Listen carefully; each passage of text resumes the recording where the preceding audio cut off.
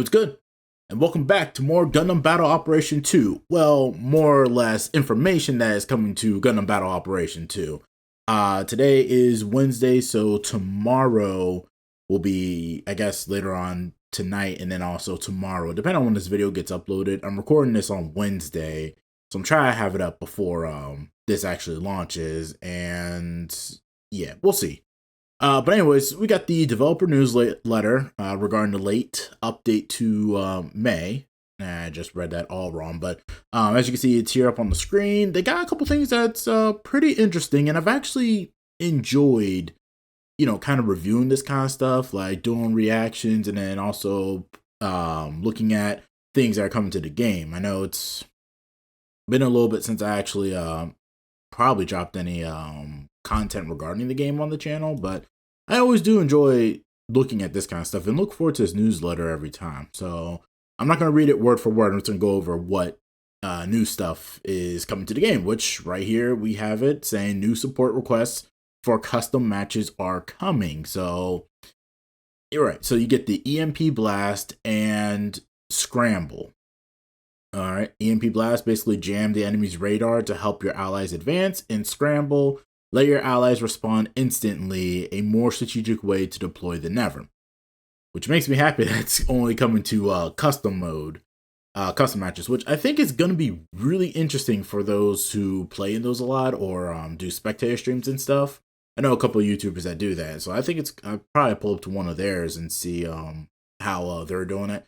Because this is definitely going to be this is definitely going to change a lot of stuff in the game, at least for custom matches. So let's go ahead and go over this real quick. Yeah, it's only going to be for basic and mix-up.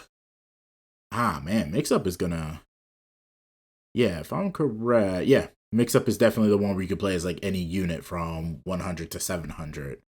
And honestly, you don't want to play anything other than you kind of don't want to play anything under 600 in a mix-up, because a lot of times HP, the HP value of something in 200 is going to be almost a one-shot by something in 700. You all know the spiel. Let's just get into this. So assistance request, EMP blast. So this stuff I'll read. The EMP blast is a request for assistance that can only be used on the ground and drops a special blast that generates an electromagnetic pulse that damages electronic equipment systems. This electromagnetic pulse can be expected to have the effect of hindering the enemy's advance by staying in place over a wide area and for a relatively long time.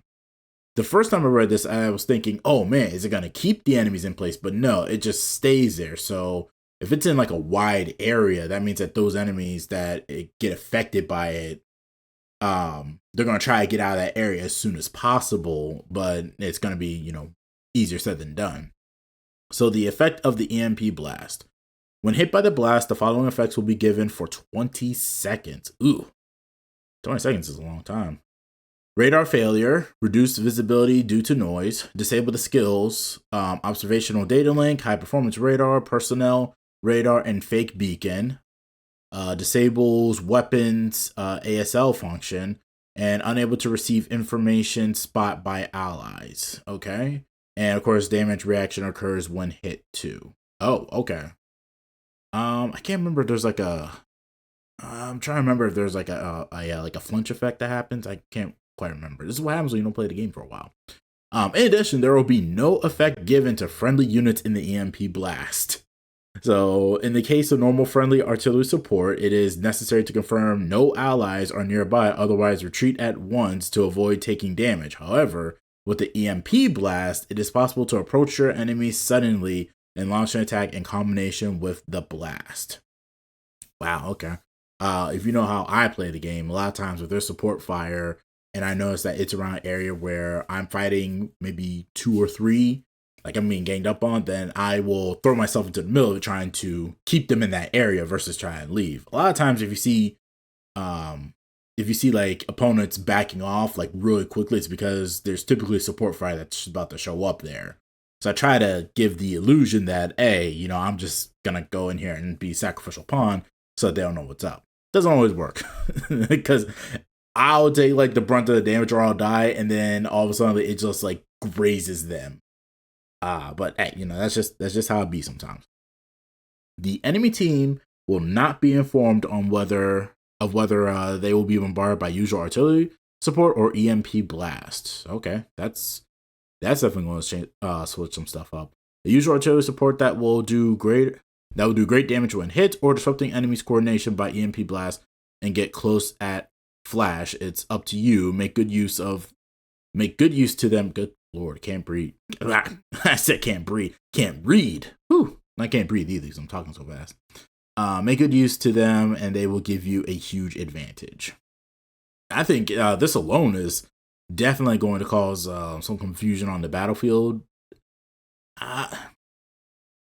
Yeah, my first initial thought was like it would be one of those things where it would kind of keep enemies in place, and I was thinking, well, does that mean somebody else could go to another beacon and just drop support fire on them if they're stuck in place? But it's the effect stays in place. So as I'm reading it again, it's like the effect that stays in place. But either way, this is still something that you have no idea what's gonna happen. I mean, it pretty much like shuts down everything that you every kind of like ability you have. Well, not really every kind of ability, but I mean, y'all get what I'm saying. So the other one is the assistance request scramble. So once the battle lines have collapsed, one of the strategies in GBO2 is to wait and go with allies. Of course, it depends on the situation, such as the number of MS remaining, HP, etc. I have to wait for the allies for a counterattack, which is always a good thing. I'll always try and assess that situation. But you no longer have to wait for this. With the second new support request, the scramble, it's a little tricky to know how to use. Let me give you an example. It could be effective when your allies have been wiped out, but the enemy team has really little HP remaining and you want to attack again before they get before they can recover for another attack. The higher cost battles with the longer relaunch times may be more effective. Alright, so it's also sometimes the way it's written it throws me off. Maybe more effective requests for support to reinforce allies from the front line immediately. And I think definitely, yeah, for the 700 rooms, this will definitely change things. And this is what's also going to be interesting about it is the fact that you have some players that will put a priority on trying to take beacons. There's definitely matches where it's 5 versus 5, and you realize right now it is 4 versus 5 because you and your team are facing off against the other team, and you have one person that's just going around trying to get all the beacons. So this is definitely going to make one of those players very happy to try and take all of the beacons. It actually makes you think, man, do we need to take beacons over just battling it out? So that's definitely going to be an interesting thing. Also, taking beacons from enemies is definitely going to be up there for the custom matches as well. Like I say, I'm going to jump in a couple streams and watch some of these. These are definitely interesting, especially the scramble. Oh man, can you imagine? Like you just get done fighting the team, and like before you can even get back to your base, they're all showing up. It's like, here's your Moon Gundam, your Sazabi, your new Gundam. I'm trying to think of your heavy hitters at the time. But all your 700s and stuff, your unicorns, your banshees, your phoenixes, your Sinanjus, your Sinanju Steins. Yeah, that's definitely going to. That's definitely going to. It's just like, yeah, that's the last one on the enemy team. Wait, I gotta fight them already. They're already back. So, and I like the implementation of it. So basically, when you get to it, you'll hit square. I mean, you hold square for it, and then you'll just choose whichever one you want, which will definitely be nice. So, and I'm glad it's only to the custom matches. I think if this was implemented in quick match or rating, it would. I want to say it would be really cool, but I also think it would really hinder the way the game is played. In custom matches, it's just a matter of, you're just throwing together a match. You guys are there to have fun. You're there to have fun, try to create crazy situations, try to use specific mobile suits, stuff like that. I've seen some where people have put on Reddit where it's just like, okay, we're doing melee only, 1 year war mobile suits only, and everything else like that. And that makes it for really cool. I think if you were to implement this into quick match and rating, it would easily become one of the more frustrating things. Especially because once again, I said you have those players that want to take all the beacons. So not only do you have to worry about the ones that want to go base bomb at the start of a match, but then you have them that are trying to also take all the beacons. Now, I ain't hating on the person that's trying to take all the beacons, okay? I appreciate that because that gives us more room to move around. I just don't like it when our team the score is like 5,000 to 100, and the only reason why we have 100 is because we were being outmatched and you're taking beacons. That's just my personal feeling on it. But hey, it's a game. You play the way you want to play. All right, and the next thing we've got the Sazabi, I believe FF stands for fin funnel, which it's interesting that it's not gonna have I can't remember what they are now. I don't want to say bits. I don't want to say funnels either because I don't think they were called funnels on the. Either way, fin funnel. So this is the Sazabi with the giant fin funnel cannons and everything. So the life-size V Gundam statue, I guess in honor of that, which is cool. And yeah, so that is coming as a 4-star 700 support, and I actually have that trailer loaded up. So let's go ahead and take a look at that as well.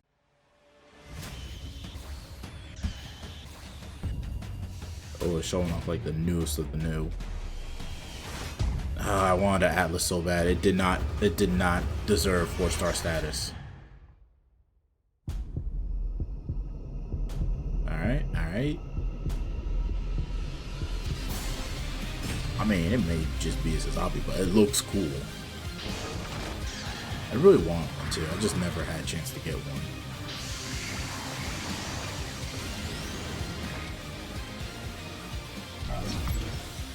Alright. So the beam rifle, beam saber, okay. And then we have the fin funnel, so get the pincer option. We got the cannon option. The pursue, okay, alright. Scattering like a particle cannon, pretty standard. Okay. And then you have this super. Does that require a charge? Hold on. Let me read this real quick. Skill full attack. When a Psychomo weapon is in use, both your mobility and the damage you deal to enemy MS with non-Psychomo weapons will increase. Okay. If Psychomo weapons are pursuing your MS or defensive Psychomo weapons are used, these effects will not be applied. Let me read that again. When a Psychomo weapon is in use, both your mobility and the damage you deal to enemy MS with non-Psychomo weapons will increase. So I guess, alright, so this is the skill, basically full attack. Okay, so this is what's happening, because when you're using the Psychomo weapons, anything that doesn't have, remote weaponry, the damage to them is increased. Now, and then if someone does have it, then the effects will not be applied. Okay. But not to mention, this thing got a huge beam. Alright. And then, of course, skill, Psycho Frame Resonance. I'm pretty sure this is probably the same. Activates when HP decreases to some extent, boosting mobility and shortening Psychomo lock times. Nullifies all reactions except for staggering due to cumulative damage, only at the point of skill activation. It's pretty standard for any thing with Psychomo. Anything with Psycho Frame. Well, there's a stop, but there is a chance for them to get out of that. And that looks like a special counter. I'm assuming that's a special counter that's going to happen in Psycho. But hold on, let me check this out. That's tomorrow. Hang on a second. Sounds like someone's phone is going off. I'm going to check that.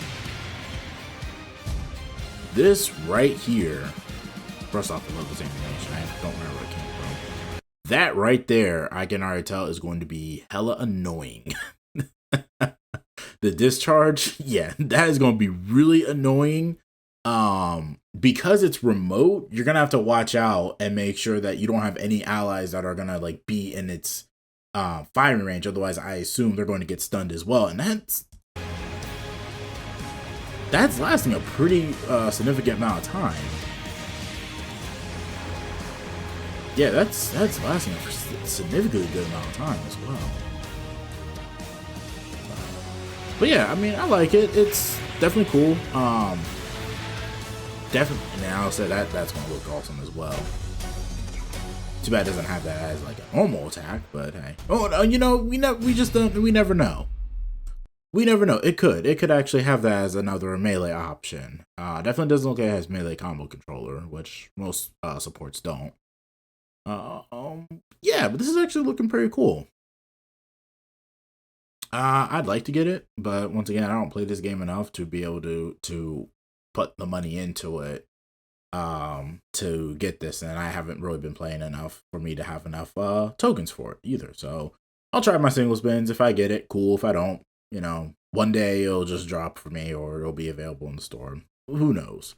But yeah, so we got the Sazabi fin funnel type, which makes me think that the